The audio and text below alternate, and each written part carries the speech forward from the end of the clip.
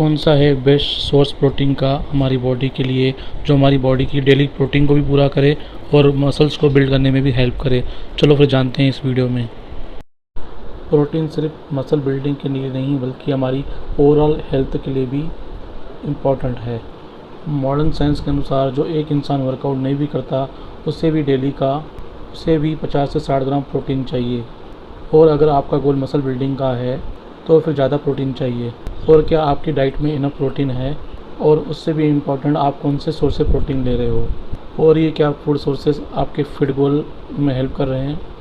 आइए पता लगाते हैं। तो इस वीडियो को आप पूरा देखिए और हम देखेंगे 15 रिच प्रोटीन सोर्सेज जो वर्स्ट टू बेस्ट कैटेगरी में आते हैं। और इसमें आते हैं वेजिटेरियन और नॉन वेजिटेरियन प्रोटीन सोर्सेज, और हमने इसको कैटेगराइज किया है अलग अलग कैटेगरी में अकॉर्डिंग टू उनकी bio availability, rate of absorption, price. हमने इनको 4 कैटेगरीज में बांटा है। और कैटेगरी नंबर 1 में आता है प्रोसेस्ड मीट। कोई भी मांस जिसको टेस्ट बढ़ाने के लिए उसका केमिकली प्रोसेस किया जाता है या उसकी शेल्फ लाइफ बढ़ाने के लिए उसको प्रोसेस किया जाता है, उसे प्रोसेस्ड मीट कहते हैं। प्रोसेस्ड मीट में सलामी, बेकन और हैम जैसे मीट आते हैं, और ये सब हाई प्रोटीन तो होते हैं, लेकिन ये हमारी हेल्थ के लिए अनहेल्दी होते हैं क्योंकि इनको प्रोसेस किया जाता है और जो केमिकल्स यूज़ होते हैं इसको प्रोसेस करने के लिए वो काफ़ी ज़्यादा टॉक्सिक होते हैं। और WHO ने भी इसको प्रोसेस मीट को एक तंबाकू चबाने के बराबर ही माना है। और जो फास्ट फूड चेन होती हैं वो हमें प्रोसेस्ड मीट ही सर्व करती हैं। हॉट डॉग या बर्गर बनाने के लिए इसी प्रोसेस्ड मीट का इस्तेमाल किया जाता है। और रेगुलरली प्रोसेस्ड मीट खाने से बहुत सारी बीमारियां हो सकती है, यहाँ तक कि कैंसर भी। और प्रोसेस्ड मीट मेरे हिसाब से वर्स्ट सोर्स है प्रोटीन का, और बेस्ट है अगर आप इसको अवॉइड करें। और बात करते हैं कैटेगरी नंबर 2 की, जिसमें आता है रेड मीट, चीज़, बीफ, मटन और पोर्क। को रेड मीट कहा जाता है क्योंकि इनके कच्चे मांस का रंग रेड होता है। और रेड मीट में भी प्रोटीन बहुत अधिक मात्रा में होता है, लेकिन प्रॉब्लम ये है कि इसमें सैचुरेटेड फैट की क्वांटिटी बहुत ज़्यादा होती है। 100 ग्राम रेड मीट में आपको 25 ग्राम प्रोटीन मिलेगा और 30 ग्राम फैट मिलेगा। और इसी तरह से 100 ग्राम चीज़ में आपको 25 ग्राम प्रोटीन और 33 ग्राम फैट मिलेगा। और प्रॉब्लम वही है कि मोस्टली सैचुरेटेड फैट होता है, और एक एवरेज इंसान की डेली सैचुरेटेड फैट की रिक्वायरमेंट 18 से 20 ग्राम होती है। और ज़्यादा सैचुरेटेड फैट खाने से बॉडी में बैड कोलेस्ट्रॉल की लेवल बढ़ती है, जिससे हार्ट प्रॉब्लम या मोटापा हो सकता है।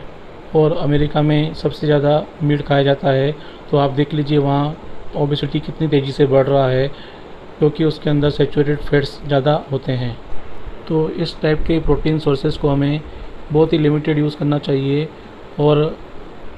और ये मसल बिल्डिंग में हेल्प तो नहीं करेगा, इवन आपको डॉक्टर के चक्कर ही खिलाएगा, इसलिए हमें इसको लिमिटेड ही यूज़ करना है। कैटेगरी नंबर 3 में काफ़ी प्रोटीन सोर्सेज आ जाते हैं। सभी दालें, ड्राई फ्रूट्स, दूध और दूध से बनी हुई चीज़ें जैसे कि दही और पनीर, ये सभी कैटेगरी नंबर 3 में बिलोंग करते हैं। ये सभी हेल्दी सोर्सेज ऑफ प्रोटीन हैं, लेकिन लीन सोर्सेज ऑफ प्रोटीन नहीं है। और एक लीन सोर्स ऑफ प्रोटीन वो होता है जिसमें सिर्फ प्रोटीन ही हो, फैट्स और कार्बोहाइड्रेट की क्वांटिटी ना के बराबर हो।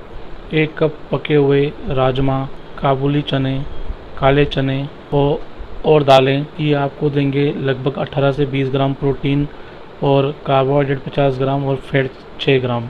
इसलिए इसमें प्रोटीन और कार्बोहाइड्रेट का जो रेशियो बनता है वो है 1:3। वो सही है मसल बिल्डिंग के लिए, लेकिन फैट लॉस के लिए यूज़फुल नहीं है। और इसी तरह जैसे एक मुट्ठी ड्राई फ्रूट जैसे बादाम, काजू, मूंगफली, अखरोट आपको देंगे 7 ग्राम प्रोटीन, 14 ग्राम फैट्स और 6 ग्राम कार्बोहाइड्रेट्स। सो ड्राई फ्रूट भी प्राइमरी सोर्स ऑफ प्रोटीन नहीं है।